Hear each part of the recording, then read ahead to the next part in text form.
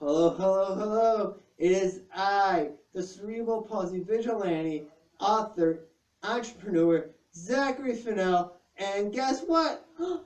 It's Mike Manazzi, Notre Dame College Hall of Famer and fellow Team IBB teammate. Welcome What to an the honor. video, Mike. Zach, thanks for having me. What an honor to be here.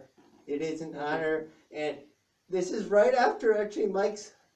What's the first thing you do after you get inducted to the Notre Dame College Athletics Hall of Fame?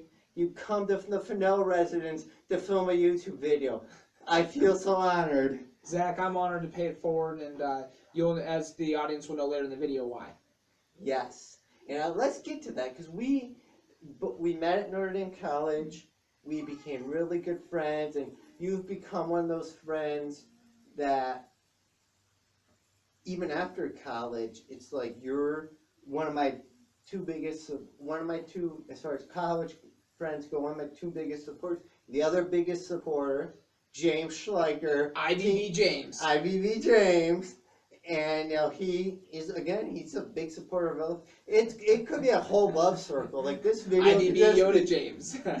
this whole video could just be us talking about how we love each other so much.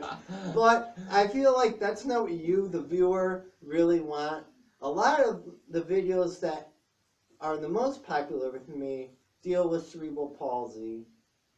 And Mike knows a little thing or two about cerebral palsy, as he had a sister with cerebral palsy. And that kind of helped our friendship too. But I think before we get into how that helped our friendship, I first want to tell us a little bit about your sister and her CP and what you were. Unfortunately, let's have a quick moment of silence for Mike's sister, because she passed away when she was 4 years old, correct? Mm-hmm. Correct. So, her name? Shannon Marie. Shannon Marie Manazzi. Williams, sorry, Oh, it's okay. Shannon Marie Williams. Let's just take a second and bow our heads in remembrance of her.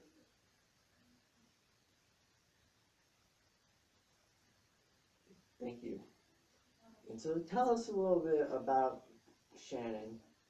Well, Zach, Shannon was two years younger than I am.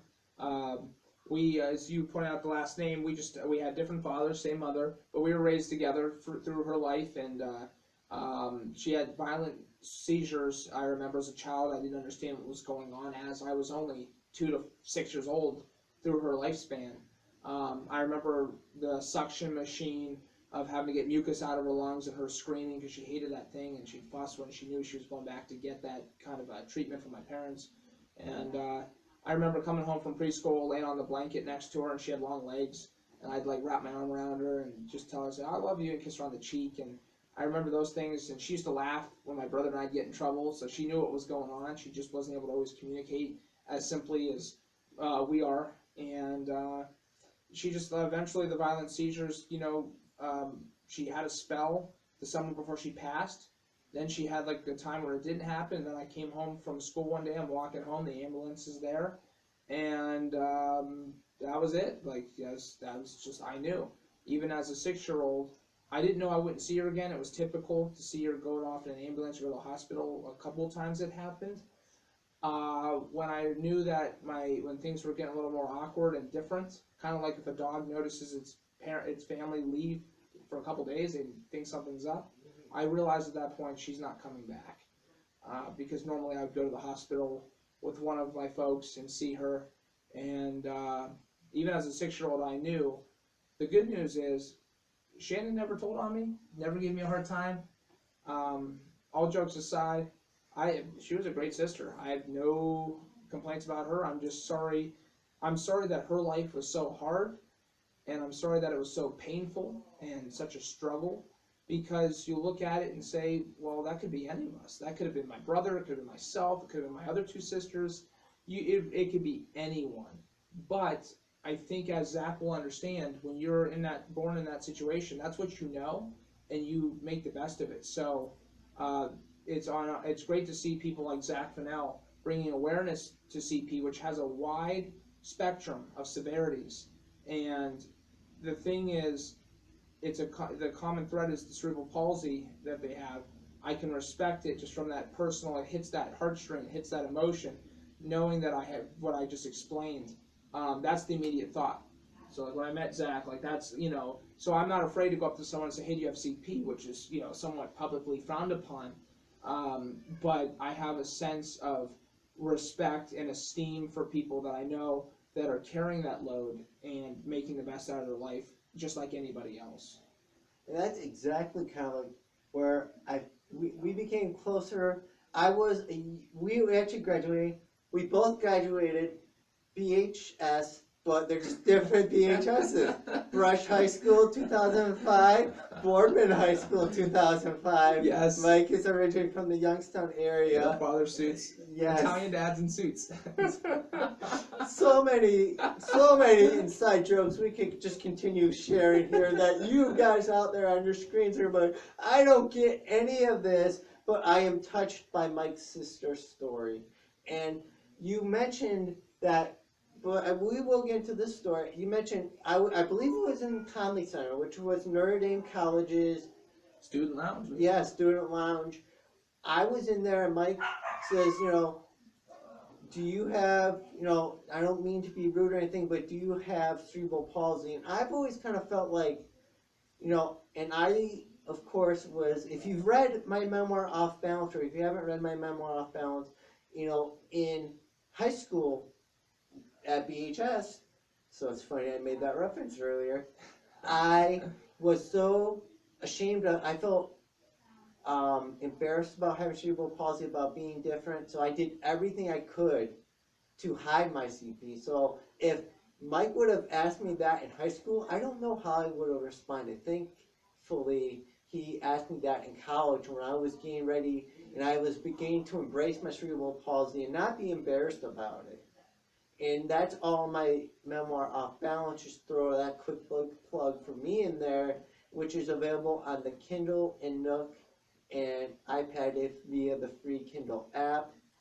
And I hope you'll check that out sometime. But getting back to I just felt like that moment was one where I was open about CP. You asked about I just feel like that connection, that we made a certain connection at that moment. And you talked about people frowning upon asking about CP. A lot of times it's because someone's afraid to be rude. And exactly. You're a very outgoing person, and so I don't think that if the fear resonated with you, I think you probably was like you had more genuine interest that outweighed any fear. Precisely. My intentions were not malicious, were not anything compromising to your integrity, your situation, your self-esteem. I knew that I was connecting, I had a curiosity, but more I felt a sense of relation, not from my personal experience, but from secondhand of my sister's. And, just to ignore it, I feel would be a disservice to her memory. Just to pretend it wasn't there and not try to connect with other people, that would be kind of like just suppressing it, sweeping it under the rug. Instead of, to me, that's a way to cherish it. I can't change what happened to her. I have no control, none of us do. But I do have control of how I react to it, and I think truly Shannon would be happy to see someone bringing awareness to it and speak for her, because she couldn't speak for herself. She could cry, she could moan, she could make noise, but she could not verbalize. And so you verbalizing it, putting it out there in the medium of people with and without special needs or cerebral palsy particularly, I think that that's pretty extraordinary, and that's in my thought, because she couldn't do that. So that's where that immediately that connection's like, I respect that.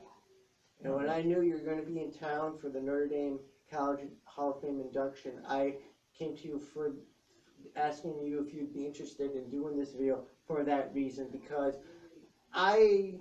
with my memoir Off Balance, with my blog, with my YouTube channel here, I've done a lot of cerebral palsy and how it's affected me in my case. And I really want to also, I'm starting for the past year, I'm starting to broaden that. I want to exactly give a bigger picture to that spectrum, because it is so wide and it is so different. I think the one thing that really sticks out to me about Shannon is the fact that, so, like, for the most part, cerebral palsy is non-fatal. So it was unfortunately in a minority of cases, it ends tragically as it did for Mike's sister. And I think for those who are still here, it's just like, I hope this video will be kind of a motivator, sort of, hey, I don't care what your severity of your cerebral palsy is, you're here. Let's make something out of it. Any comments on that, Mike? No, I'd say that Zach is exemplifying that, and I'm not just saying that because we're here, on video. Yeah. I've known that, but as you know, the last decade plus, I've said that, or felt that. I just think that that's important. I mean, I actually visited her burial site this morning and a couple days ago, and I think this is my way to do right by her and to, I think that's important. I mean, there's not much that I do to support it. I'm not self-righteous. I don't really go out and advocate the way you do. But this small way of giving back to this video, and Zach, it's impressive what you're doing, and I'm with James Schleicher. For someone that ends up a millionaire, it's probably going to be Zach Fenell. So I think James got that on the money, and there's a saying. Gerder said, "You see a man as he is, he only becomes worse. You see him as what he could be, and he'll become what he should be." And I think that that's something to take away for people struggling with that, because as you said about the self-esteem, you hit that nail on the head. So many people, as you pointed out, the majority are not fatal. The majority of people are living, real people with human emotions, desires, goals, living in a world that's not majority cerebral palsy clientele. So people have to find their place and not feel alone or feel like I'm less, or I'm a second-class citizen to others. So I think and I compliment Notre Dame College on having the Academic Support Center, which caters to people of a variety of special needs or learning differences. That's kind of state of the art that they have that. And I met an individual the other day with cerebral palsy named Adam, and he's only a sophomore there, but I said, hey, you got to get in touch with Zach Fenell. You guys may not connect, but this guy has walked through the doors of this campus. I said he was a bulldog. He was determined to succeed, and if you're struggling, he'd be a great person to reach out to, and who might be able to understand you in ways that I don't, or many people here don't. Yeah. He was sitting by himself in a dining hall, and that just bothers me, because nobody likes to. It's easy to walk past people, but nobody likes that person sitting by themselves while everybody else walks past them having a joyous day. It's I have a problem with that. So it's funny. This video could go on for 2 hours, and then we still want to talk about everything there is to talk about. I am very thankful that you can make this time to join us in this for this video. And I am, you and James both. I did a video with James that in the end screen, I guess since we're mentioning him so much, I'll put the link to the James video in there. And he, him and Mike both, they're too kind to me with their words, really. It's, again, it goes, this is like the perfect, everything goes in a circle. It's a full circle like life. I said, we've talked about the CP thing, now we're back to the full love. You never take more than you give. It's circle of life. Yeah, that's right. And, we still love you, Gary Kaladukin, too. Yes, the IBB Gary. Shout out to IBB Gary, the inverse of my family. Yes.